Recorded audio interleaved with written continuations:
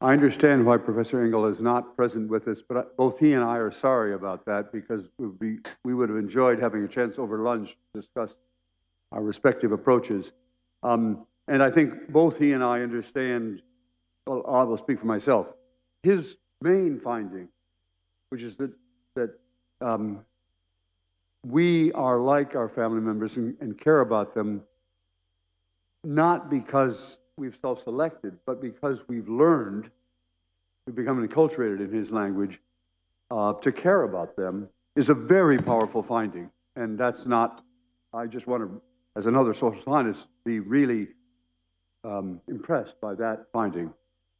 A minor point is this comparison between his results and my results, and I want to make clear, I think, a little bit about where we disagree and where we don't disagree. And I think, Professor Engel, that you and I probably agree about that because of our exchange last night. I made 2 points about class difference. One, there are pretty big class, there have always been, at least over the period that I was studying, which is the last 50 years, there have always been substantial class differences, with upper class families being more functional. I'm trying to summarize very quickly lots of different variables. That was a statement about class differences at one point in time. And Professor Engel is looking at that part of my claim, that is, at one point in time, are there class differences or not? And he finds that in Germany there are not class differences. And I find it's, as he says, we're talking about slightly different dependent, well, quite different dependent variables, but I'm willing for these purposes to say he has found that there are not, that family structures in, or family functioning in Germany are not very different by class now. And I find that really for a long time, at least for 50 years, there have been substantial class differences in American families. I'm not in a position really to challenge his findings about Germany today. I'm a little surprised at the findings, frankly, because those pictures that we looked at were pictures, all those beautiful pictures were pictures of upper-class German families or upper-class European families, and he wasn't showing us pictures of lower-class German or Dutch families in those same periods, and my intuition is that lower-class families would not have looked like those families, but I'm not contesting his finding that at least in his data, there's not much class difference between rich and poor families or educated and uneducated families in Europe, or at least in Germany. I have to say that I know, I only know specifically in terms of my own research about the United States. I do know also about some other countries in Europe, and there are at least some other countries in Europe in which the patterns that I described, both the class differences at one point in time and the changes over time, they fit the American data, they don't fit the German data. And, sorry, there's a little bit of self-praise here in this. My book that laid out these findings has become a wild bestseller in China, Japan, Korea, and Taiwan. I mean, really a bestseller, not a bestseller for translated books, but as a freestanding book. They're bestsellers. And why is that? Because everybody in China and Japan and Korea and Taiwan think there's this same growing gap in their countries between rich families and poor families. It's easier if you're in China to talk about that problem in America, but all the Chinese who are buying it there, I know because I talk to them, are not buying it because they're interested in America, because they think it's happening in China too. So I only want to say it could be well that there are no class differences in European families. There are class differences. I know there are class differences in America and in Asia and so on. Note that that's all with respect to one point in time. There's a separate question about trends over time. And the question about trends over time, which is my main point, that is that these gaps are widening. The excellent study by Professor Engel doesn't speak to that because he only did that presumably in the 2000 teens or something like that. And therefore he doesn't have any good data. It's not his fault, but he doesn't have any good data about German families in the 1950s, so we don't have any idea whether there's been transformation over that time. All that is to say, the differences between us are normal science. We both respect one another's findings, and I'm enormously impressed by the main finding of Professor Engel's, which is that we care about our families and we learn to care about our families. We're not chosen to care about our families. We learn about our families and respect them. And that's a wonderfully clear and important finding. Thank you. Yeah. Christoph, did you want to comment on the point about class differences in particular, or shall we go forward to the next question? Go forward, because I can simply agree. Okay. Then, Jutta, you please. Hallo erstmal, ich vermisse Sie hier, Herr Engel. Sieht zwar so aus, als ob Sie gerade draußen wären.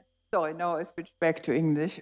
Thank you very much. I really enjoyed your paper and have a question also concerning education. And I think what you show is that within a family, by one class of education, because education within a family is more or less the same over all members of the family, applies to all educational levels. But the major difference may then come around if you relate families to other families, where then family members with a low education have other outside trust in whatever you are measuring relations, more confidence or less confidence to other families when they have a low educational level versus a high educational level. This may be the difference, and then this relies in response to Professor Putnam's results much better. And you did not test this, but you could test it with the data.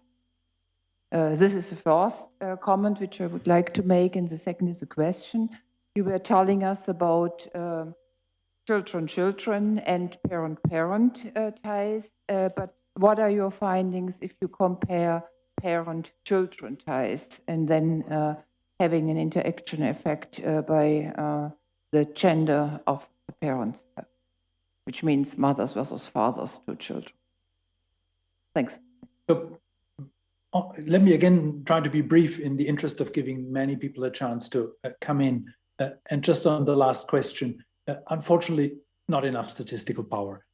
So that was taken out of our hands. We couldn't influence, we would have loved to, but we couldn't influence the composition of the pairs. We just had to take them as they came in. I have 48 in total, and if I split them up by gender, it becomes even smaller. So nobody would believe that result. So does this mean that you can't say anything about interfamily power relations then? Unfortunately, with that data, I can't. Okay. Thank you. So Stefano is next, and then I understand that we have online with us Father Albino Barrera, who will intervene after that.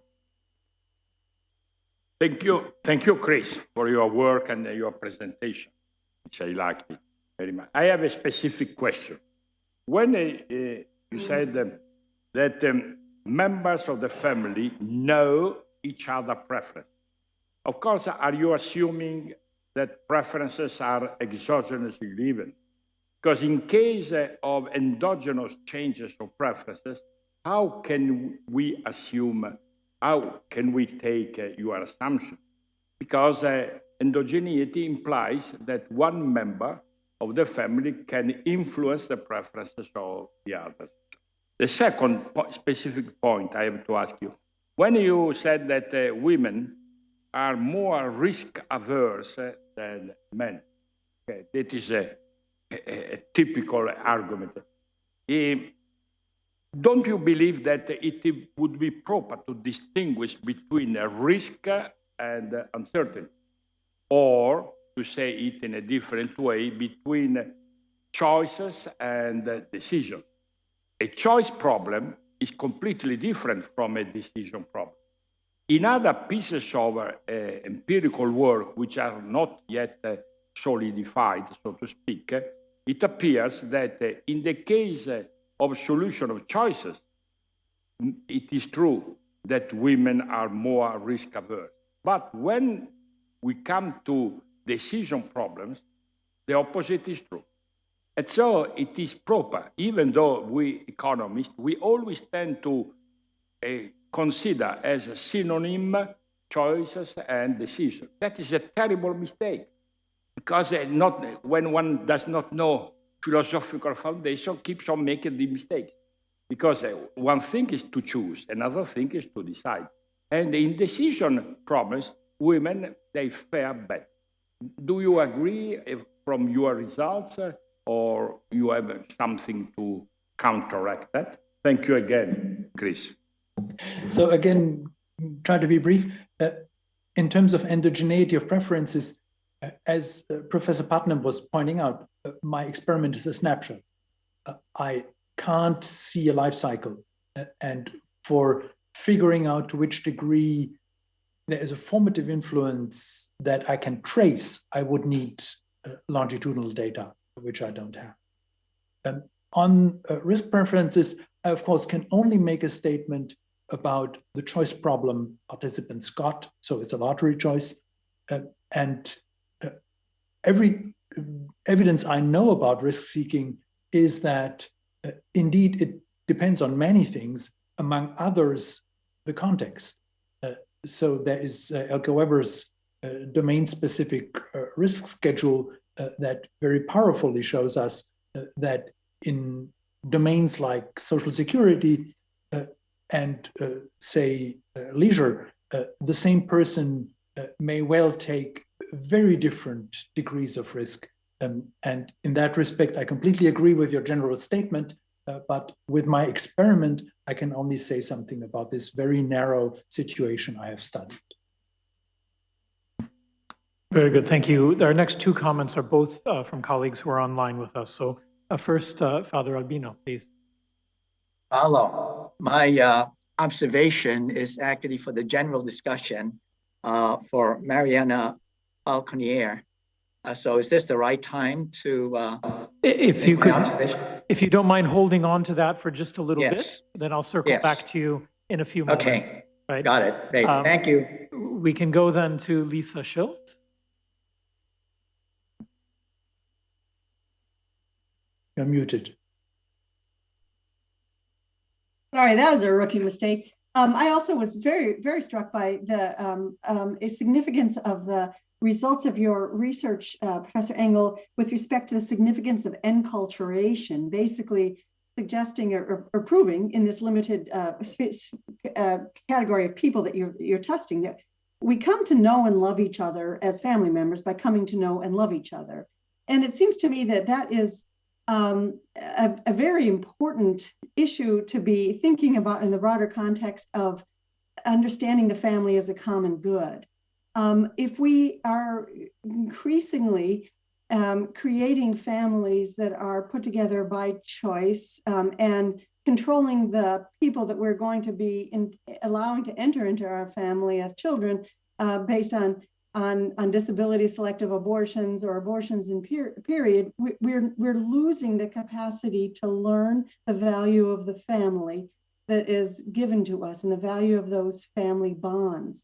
I would be very interested in hearing any thoughts that you might have. I understand this is beyond the context of your expertise, but the discussion from Professor Iafrate yesterday about the different formations of families, are we losing the opportunity of people to be learning the value of loving people with, for example, disabilities? Is the loss of that and the loss of the experience of just loving children that are given to us, is it causing there to be fewer and fewer people who recognize the value of that and therefore perhaps influencing policy decisions because they don't recognize the value of those family bonds because they're not experiencing, they don't know them?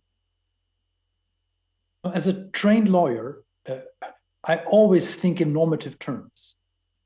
As a converted social scientist, I'm always very cautious when it comes to making normative statements because I full well know that my data doesn't really support the broad-reaching normative claims. In that spirit, I'm painfully aware of the main finding, as Professor Putnam kindly flagged it, is a very dangerous one. Because you could say, well, therefore, choice isn't important. Let's just put them together So the arranged marriages we heard about yesterday are just fine. They'll figure it out. And I don't want to make that statement. I don't think that my data allows us to make any statement of that kind, because I only look at the families that I have been able to test. And for making any broader reaching statement, I would need additional information which I don't have, namely how well functioning are those families. And only if I were to come to the conclusion that most of the families I had the good luck to test are actually nicely functioning families, I could start making statements, or I could slice it and look at the not so well functioning and see whether for them everything else holds. Would be academically very interesting, but I simply don't have the data.